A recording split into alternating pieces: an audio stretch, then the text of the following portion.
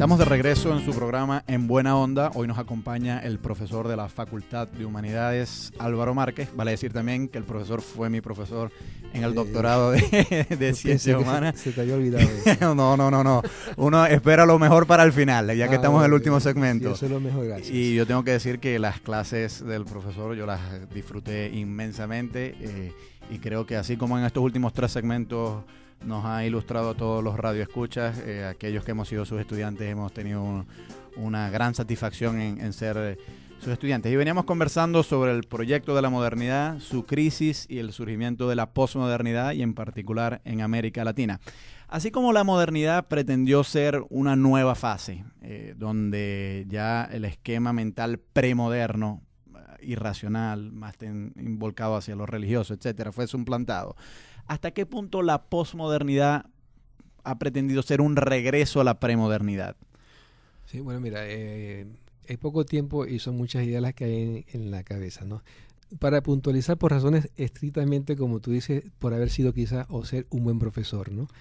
Cuando surge la modernidad en Europa, ¿en qué tiempo histórico está América Latina? Estamos en lo que se llamó la filosofía y la teología de la liberación. Nosotros entramos a la crisis de la modernidad con ese pensamiento de carácter emancipador, de carácter alternativo. Abierta la crítica a la modernidad, surgida ya como escenario histórico de la posmodernidad. ¿Cómo nos encuentra nosotros o cómo nosotros nos encontramos con Europa? Nos encontramos con esto tan lindo que se llama filosofía intercultural. Fíjate tú la respuesta que nosotros estamos construyendo históricamente desde una antropología de la cultura como latinoamericanos, ¿no? ¿En qué consiste esa filosofía intercultural? La filosofía intercultural consiste, y al final retomo tu pregunta, en ese reencuentro con el otro, en una alteridad, en un ser otro, en donde el otro tiene sus derechos originarios y en donde uno los respeta para poder compartir con el otro la convivencia. Entonces, ese derecho a la alteridad, ¿no?, es lo que yo encuentro que desapareció en la modernidad. El otro como intersubjetivo, como derecho autónomo, como derecho libre, como derecho originario, el indio, el mestizo, el esclavo, etcétera, etcétera, el otro como sujeto de vida no reprimido, es lo que falta en la modernidad porque es lo que la modernidad destruye, esa condición subjetiva del otro. Entonces nosotros lo que hacemos es que abrimos el espacio ontológico de ese otro como sujeto, no como objeto histórico, cultural, y nos encontramos con él en una alteridad para convivir y recrearnos valorativamente. Entonces, esa relación no se llama de inculturación, no se llama de transculturización, sino que se llama de interculturalidad. Entonces, la filosofía intercultural, como dice Borné Betancourt, principalmente, tomado de su maestro José Martí, es el derecho a pensar, a reconocer el logo del otro en su tradición, en su palabra, en su comunicación, en sus prácticas cotidianas. Por supuesto, estamos hablando que ese encuentro es un encuentro existencial, vivencial. Entonces, fíjate lo interesante, el escenario postmoderno a América Latina le sirve como un escenario de encuentro intercultural. O sea, superar la cultura hegemónica, la cultura de la modernidad, implicaría una interculturalidad. Y eso implica, por ejemplo, reivindicar las culturas indígenas. Por supuesto, las culturas aborígenes, prácticas ancestrales, incluso mitológicas, todo eso que se había excluido de la racionalidad, y no tanto un regreso a una premodernidad más suave o más liviana o más débil, o a una concepción incluso renacentista. No, la historia siempre de alguna forma es un devenir, es un decurso que apunta a un futuro posible. Es la construcción de otra forma de racionalidad, de una multiplicación de posibles experiencias lógicas, comunicativas, discursivas. Por eso que en este caso, ya cierro este asunto, Europa es receptora de una posmodernidad. ¿Desde qué punto de vista?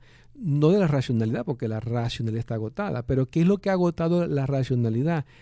Se ha agotado por falta de sensibilidad, por falta de una valoración, una teoría de los valores acerca del ser sensible.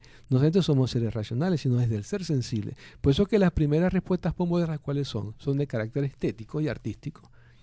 Incluso la concepción de la ciencia desde el punto de vista hedonista del saber y del conocer, no desde el punto de vista del pragmatismo. Claro, uno va muchas veces a ciudades, por ejemplo, como Maracaibo, y la arquitectura que uno se encuentra es una arquitectura, pues, bastante moderna, es decir, los edificios tienen ángulos rectos, son grandes bloques de concreto, etcétera. Pero cuando uno va a otras ciudades, por ejemplo, Barcelona, España, que hay una arquitectura más, llamámosla a la vanguardia, uno encuentra que es distinta la concepción de los edificios que hay ahí y pareciera que esa noción tecnificada del ángulo recto, etcétera, ya no está presente. Es decir, ha tenido mucha presencia en la arquitectura la posmodernidad. Sí, claro. Ya es más, ya mucho antes que haberse acuñado filosóficamente el vocablo posmoderno, ya en arquitectura, ya a finales del 17, principios del 18, ya había, por ejemplo, con varios pintores, escultores, arquitectos vanguardistas, que se me escapan el nombre y tampoco es mi especialidad, que ya imponen una concepción menos lineal, más multiforme de la curva, por ejemplo, y del ángulo. Entonces, por ejemplo, basta ver en Barcelona la casa de Gaudí para que tú te des cuenta cómo ya hay un enfrentamiento con lo que es racionalismo formal de la materia, o sea, por una liberación sensual de la materia. Y Gaudí de alguna forma recoge esa libertad de la forma y del movimiento, de la figura, que corresponde a una concepción vitalista, existencialista, humana, vegetal, animal, de cómo se comporta la vida en el mundo, que se comporta de una forma disoluta, irreverente, desinformada, si se quiere decir en esos términos. Se nos está acabando el tiempo, profesor, pero antes de irnos, aproveche y háblenos muy brevemente sobre la revista de la cual usted es editor y lleva muchos años trabajando en ella. Bueno, eso me da entonces entrada a la parte de la publicidad. Muy bien, nosotros hace 15 años exactamente fundamos una revista internacional de filosofía intitulada Utopía y Praxis Latinoamericana, que está adscrita al Centro de Estudios Sociológicos y Antropológicos de la Facultad de Ciencias Económicas y Sociales de la Universidad del Zulia. Me agrada mucho pues este espacio de publicidad porque este año precisamente estamos cumpliendo 15 años de haber sido fundada la revista. Vale aclarar que no es publicidad en el sentido comercial, sino no, publicidad académica. Académica, incluso en el sentido filosófico, hablar hacia un espacio público, ¿no? Hacia lo que es público, pero de pronto decir publicitario tiene más la carga comercial que publicidad. Muy bien, ¿algún lector o autor que esté interesado en conseguirla, a dónde se puede dirigir? Bueno, o con nosotros quién se pondría en contacto? Pueden dirigirse pues a la oficina 16, el edificio de posgrado de la Facultad de Ciencias Económicas, y ahí en un horario regular de oficina atendemos al público y estamos a la orden. Pues igual invitarlos a los profesores de la Universidad y los investigadores en el área de filosofía social y política a que contribuyan con sus investigaciones a la difusión y a la publicación de esta revista.